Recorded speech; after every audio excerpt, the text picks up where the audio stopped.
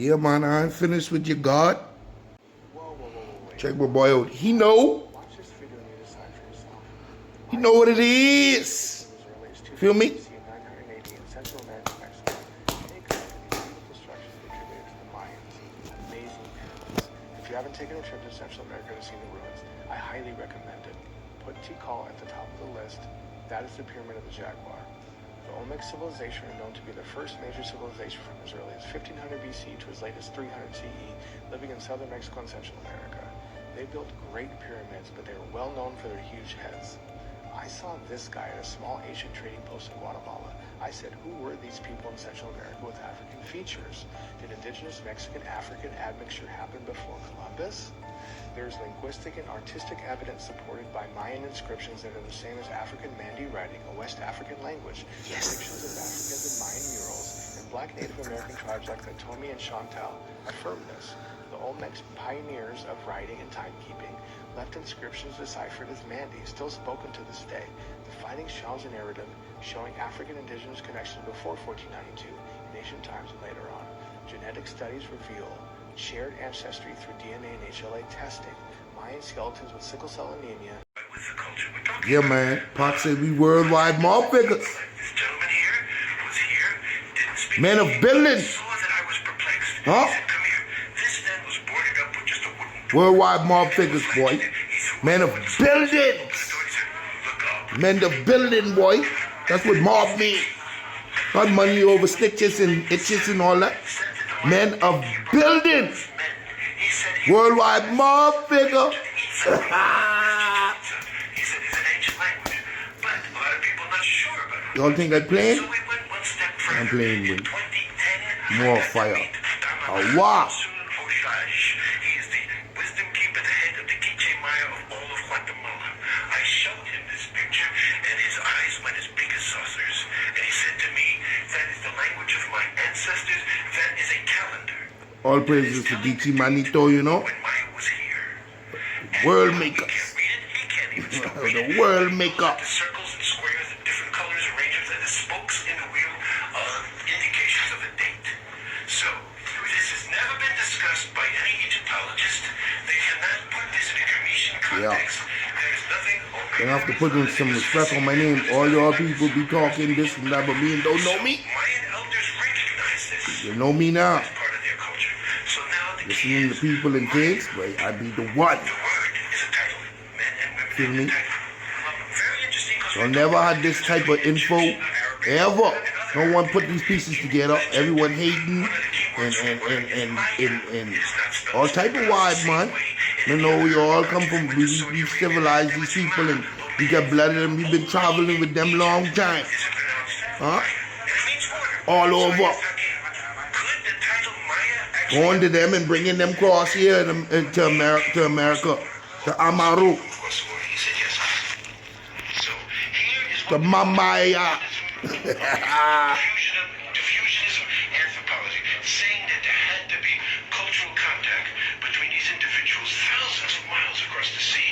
And this is the evidence that Hakeem told us that there was a Mayan living in Egypt 3,300 years ago. Let somebody else define that for me. AB. That is Grecian or Egyptian or dynastic or anything else. The majority of them from here.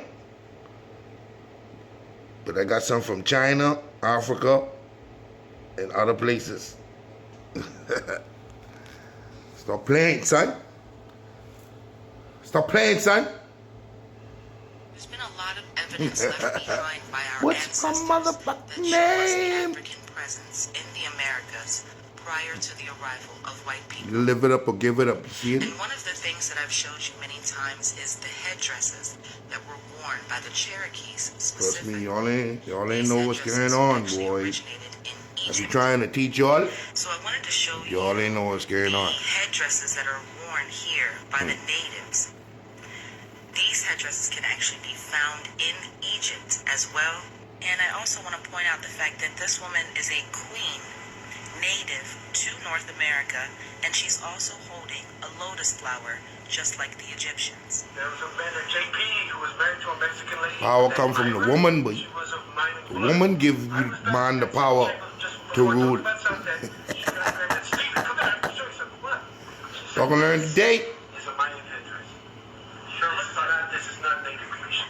It's quetzal feathers. It looks like here's the Greece. He's having himself disguised as a Mayan. So maybe it was a contact. So I want you to pay attention to what he just said. He said that the high priest is disguising himself as a Mayan, and that maybe there was contact. First of all, the high priest of Amen is wearing the headdress with the ram's horn to the left. And the same man, he is not disguising himself as a Mayan. He is showing himself as a Mayan also. Remember that Maya, who was a Mayan from Chichen Itza, is buried in Egypt. And we know that Maya was the high priest of Amen. So here we have an Egyptian showing us that he's the high priest of Amen, but he's also a Mayan.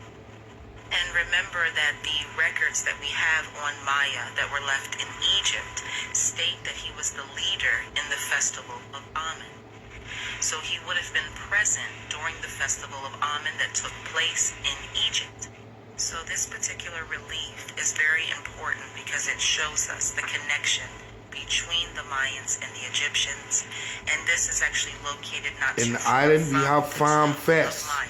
where we So I travel told you guys all in over part the two about Caribbean this islands, Egyptian or alabaster the egg that was found majority of the in Grand Bahama Canyon. Islands, and So we I go just there want and to give you a little bit of background go along with information. their culture and And this and have Egyptian festivals. alabaster egg was actually found Feel me? in the We Grand never Canyon stop.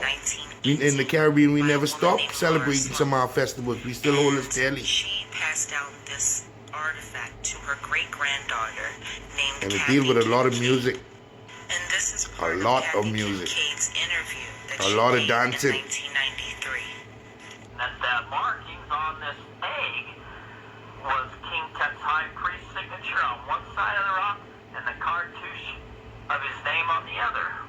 Now keep in mind that they didn't break into King Tut's tomb until 1922, yet this Egyptian alabaster Now, y'all don't have to take this with me. Go do your research. You feel me? In 1918, before they ever knew anything But about I'll give you King this Tut. work. So just the two things was found, the egg and that rock. Yeah. Okay.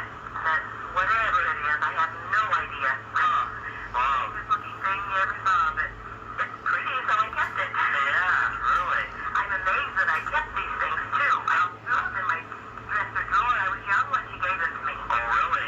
So I just kind of threw them in my drawer, thinking, oh, how cute. Yeah, that is amazing you kept it, because I know all that stuff I had. I thrown away. No, Helen. I was sitting in the dentist's office and reading the Smithsonian magazine. And an article just came out about the opening of King Tut's tomb. And I saw the same cartouche on all of his artifacts that was on my egg. The only way I ever knew anything about it, or that it even was Egyptian, but it is definitely Egyptian alabaster. So how it got to Idaho, I probably will never know. Yeah. And we can look at this Egyptian artifact that was actually found in Colorado. This is an Egyptian scarab. And we can also look at the fact that Tutankhamun's daughter came to Europe. And we know that this was over 3,300 years ago. Maya. So we can That's a always Watian daughter. when Tutankhamun and Akhenaten Nefertiti too. came to the Grand Canyon. He's What time period a that Watian. was, because we know that Akhenaten's daughter came to Europe after Tutankhamun was buried in Egypt. So we know that they all came here around the same time. And here we have hieroglyphs in Egypt of Oh.